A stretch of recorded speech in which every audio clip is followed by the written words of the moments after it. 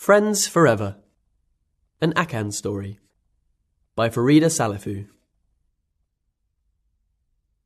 There once lived a mouse and a frog who were very good friends. Every morning the frog would go to visit the mouse who lived in a hole inside a tree.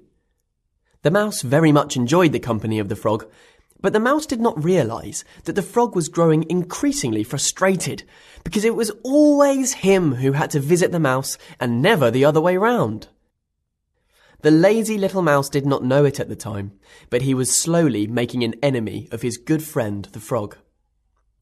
One afternoon, when it was time to return home, the frog decided that he had had enough of this one-sided friendship, and so the frog tied one end of a piece of string to his leg, and then tied the other end of the piece of string to the little mouse's tail without him noticing.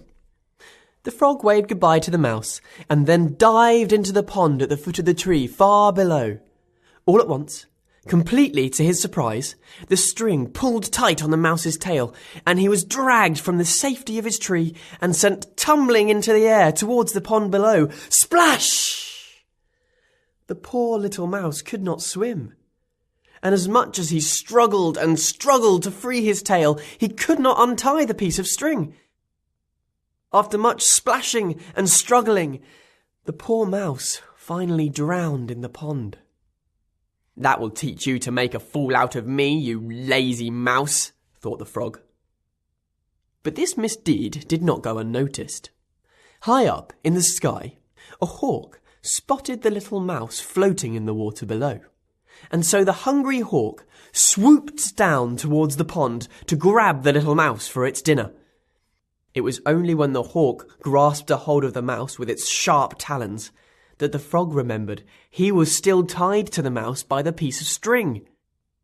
Up into the sky went the frog until the hawk came to rest in the tallest branch of a nearby tree. It was then that the frog realised the error of his ways.